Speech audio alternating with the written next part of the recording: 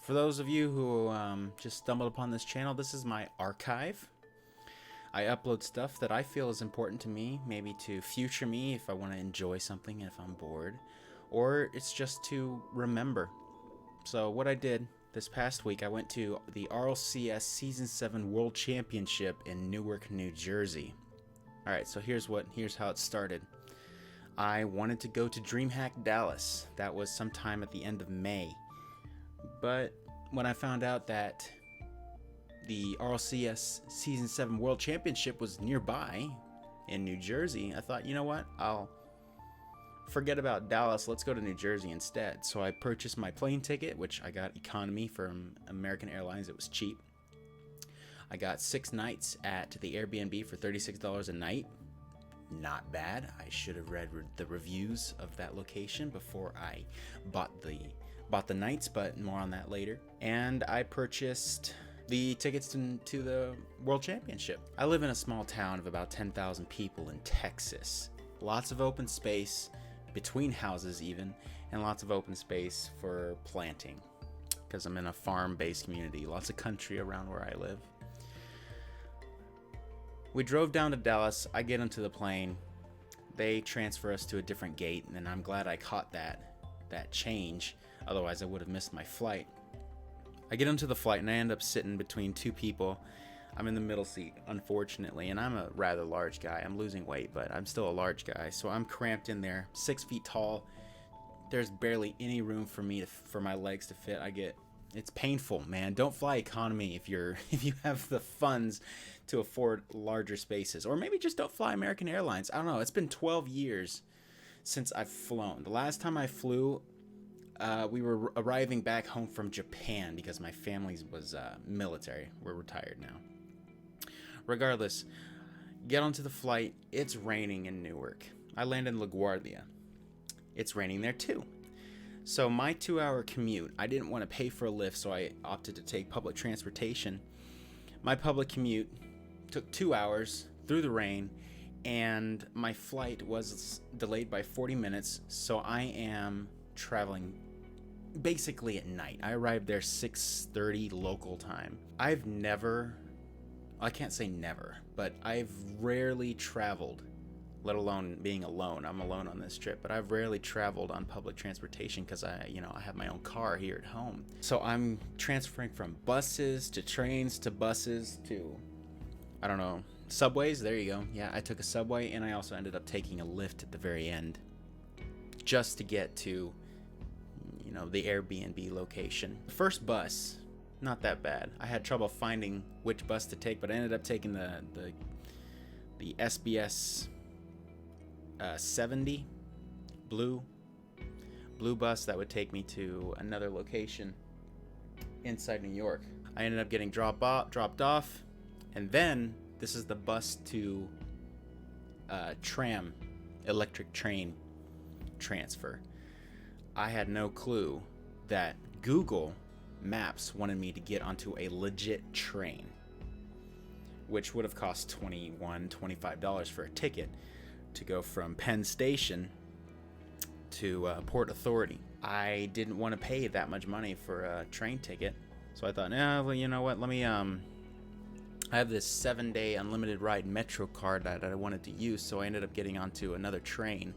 Not a legit train, but one of those electric rails, which takes me to Port Authority. So I had to reconfigure Google there. I'm just stressed out at this point because, number one, I'm alone. It's dark outside, it's raining, it's dirty, and I'm in completely unknown territory. Now I have to find my bus, the 107. This dude notices me looking around trying to catch signs of where to go, and he goes, "Hey, what bus you looking for?" I go, 107. So he ushers me to this large touchscreen display. He starts punches in 107, and it ends up showing me what gate I need to travel to. He gives me the instructions. I start, okay, great, that's great. I know where to go. So I start walking, and he goes, "Hey man, even $1 would help." The guy was homeless. He wasn't dressed like he was homeless. And I go, "Hey dude, I'm not carrying any cash. Sorry." And he goes, "Yeah." I walk off. I end up finding my gate, pay $7 for the ticket. Now Google tells me, all right, you got 19 stops or so before you get off at this street. I go, okay, Just gonna ride. I get to the stop. The windows are tinted from the inside of the bus, so I didn't know really where I was getting off. And I realized that once I stepped outside, because I was in the middle of nowhere. It's dark outside. Did I mention it was dark? It was dark outside. There's a group of men over there looking kind of sketchy, if you know what I mean. I'm looking around, and this is just the middle of a street, a crossroads, neighborhood. I look around and I see the only lit area that I feel comfortable walking towards was a Metro PCS store that ended up being closed, unfortunately, despite its sign saying open. It was barred shut. So I walk over there and I end up just calling a Lyft because I didn't want to get onto another bus. Google was telling me to do was to transfer another bus at that location, but I didn't see a bus stop. It just looked like a random stop, drop off point. Grabbed a Lyft. They took me to the Airbnb. The guy who was driving ended up telling me, yeah, this is the projects area. And I go, dodged a bullet there, I think. I get into the Airbnb and it's all right. The Airbnb was located in the basement of this place, which for most of my stay, it was nice and cool down there in the basement compared to the rest of the house. It was furnished. There was a living room. It had a television. It had a kitchen, or a shared kitchen, but I had my own bathroom, had my own bed. The bed was uncomfortable AF. I should have read the reviews closer because the stipulations for that location were you have to be 6 feet tall and under. I'm 6 feet and a quarter inch, give or take. And I found myself ducking all the time. There was a freaking pipe that ran straight through the bathroom, straight through the shower, so you could... I think I smacked my head on that pipe once. I smacked my head on the ceiling of the basement, taking down the steps. It was rough around the edges. This was the funniest thing that I saw. Inside my room, there was a pipe, a vertical pipe that led from the floor to the ceiling. Must have been like a heater or something. And inside the room, right next to the pipe, was a cabinet, a glass wooden cabinet, glass doors. You would think that if you want to hide the pipe, you would just put the cabinet right in front of the pipe. But instead of doing that, I guess they wanted the cabinet to be pushed further closer to the wall. So what they ended up doing, they just took a piece out of the cabinet. Just cut out a square piece and pushed the pipe. So the pipe is sticking through the cabinet.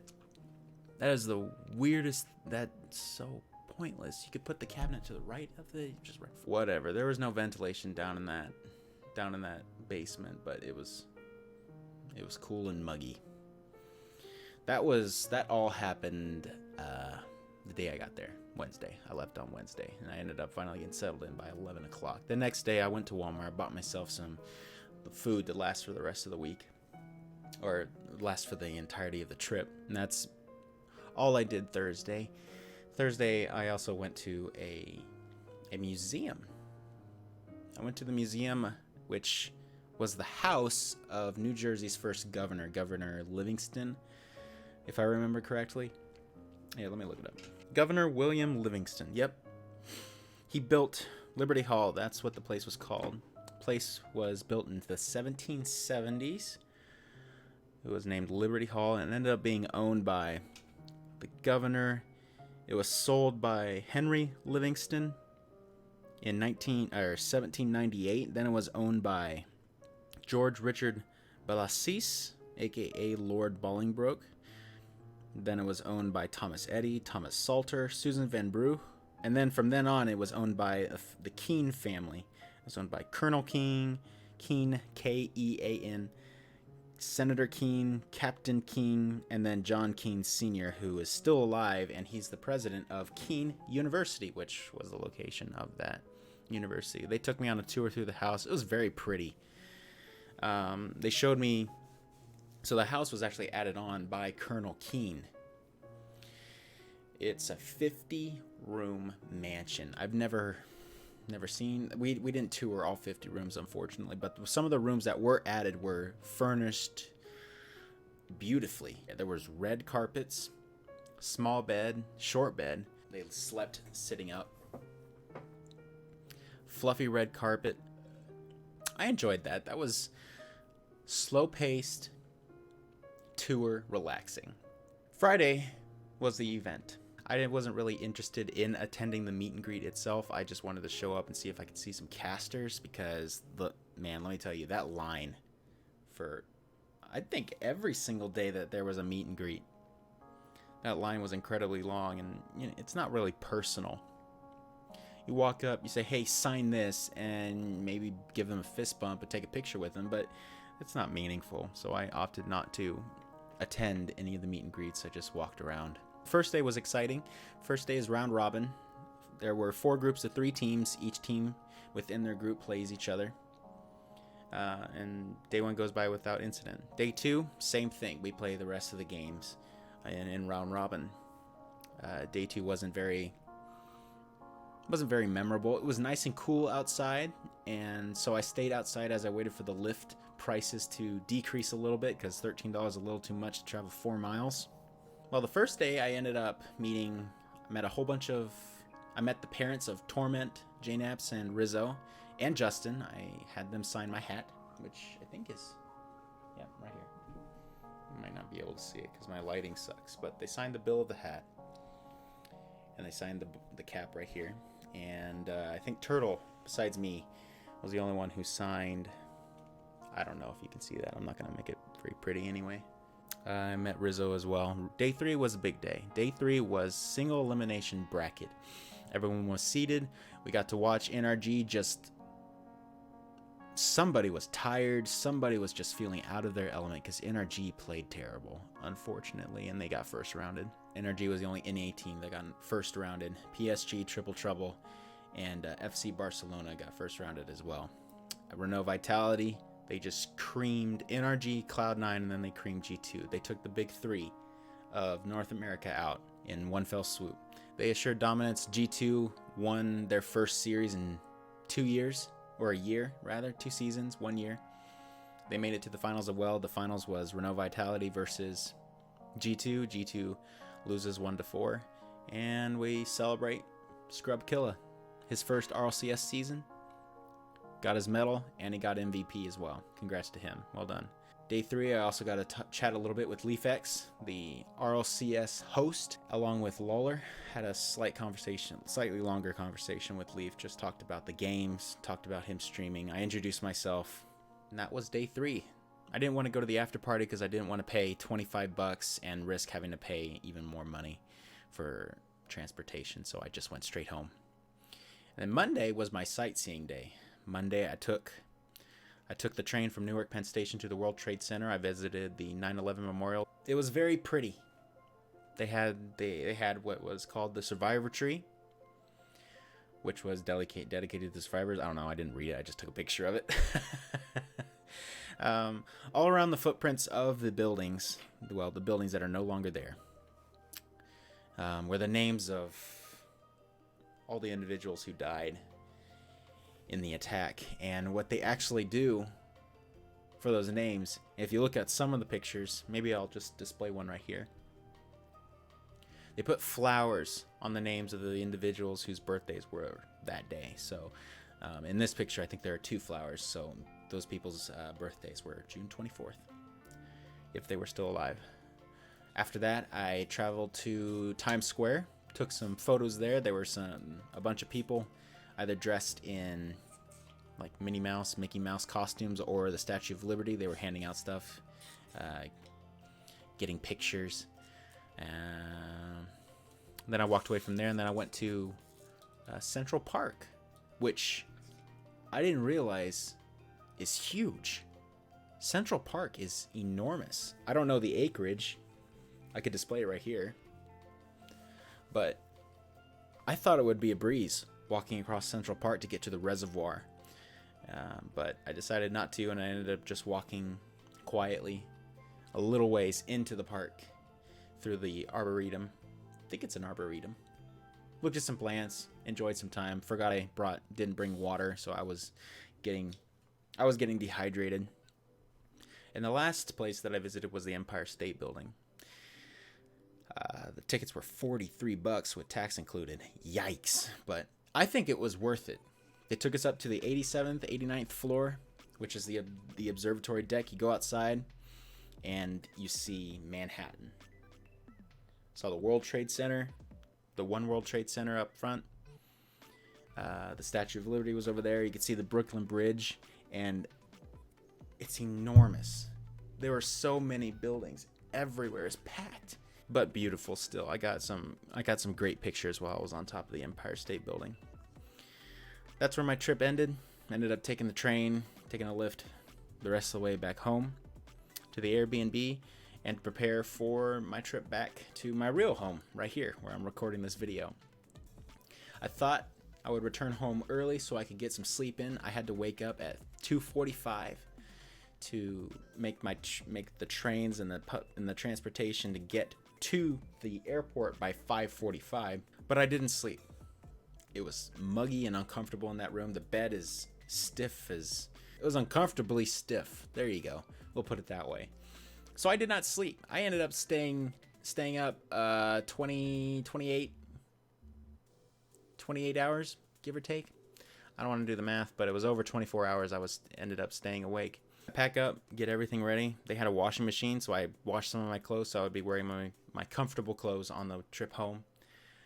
I take an Uber to the Newark Penn Station, take the train to the World Trade Center station, get onto that train. Then I ended up arriving at the same bus terminal where I was dropped off, and I got confused between the actual train station and the electric train. Same place. I ended up waiting there a little bit for the bus to arrive, and there were so many people who also wanted to get onto that bus, so I ended up just taking a lift straight to the airport. Get to the airport, get through customs, get onto the airplane, sit back. I'm on the outer edge of the seats, so I have a little bit more leg room. And then it starts lightning and raining outside, which ends up delaying our flight about 30 minutes to an hour. It delayed a whole bunch of other flights because there was a line of 15 plus planes waiting to take off. Despite all that, we ended up getting into the air. I watched Mad Max and Aquaman. Aquaman is not very good. The fight scenes, the choreography, awesome, but the story, not my type. I arrive back home. I get picked up. I go eat In-N-Out. Decide In-N-Out is not a very good restaurant at all. I hate their fries so much. Their burgers are I'll stick with, Five Guys or Whataburger. Sorry, I just don't like In-N-Out. Get back home. Relax. I am relieved to see open space and someplace that I'm familiar with. And I hit the hay and ended up sleeping 15 hours. Overall, I enjoyed it. If you're going to take a trip and you're like me, don't go alone. It's no fun being alone, because I started feeling pretty sad, and I got a lot of consolation when I got onto Discord and started talking to my friends. As they're playing Minecraft, I'm just lying there in bed, just listening to them. It brought a lot of comfort. Second takeaway, New York City, Manhattan in general, I guess, is huge. I would not like to live there nor work there. Too crowded. I am not that fast paced, and I think that would stress me out eventually. It would wear on me, having to always be on edge. Third takeaway, RLCS Season 7 LAN, awesome. That was an awesome experience. It was incredible just listening to 10,000, give or take, people just screaming for Rocket League. And I was also very close to the players. I got a very good seat. I could see the screens, the jumbotrons. They were enormous displays. All the people around me were close by, cheering for G2, cheering for C9. I would definitely love to go to Season 8 LAN if I could afford it. But given their past record, Psyonix might decide to send the next LAN to Europe. In conclusion, I enjoyed my trip. I would definitely go to another season RLCS LAN event. That's all I got. I'll catch you guys later.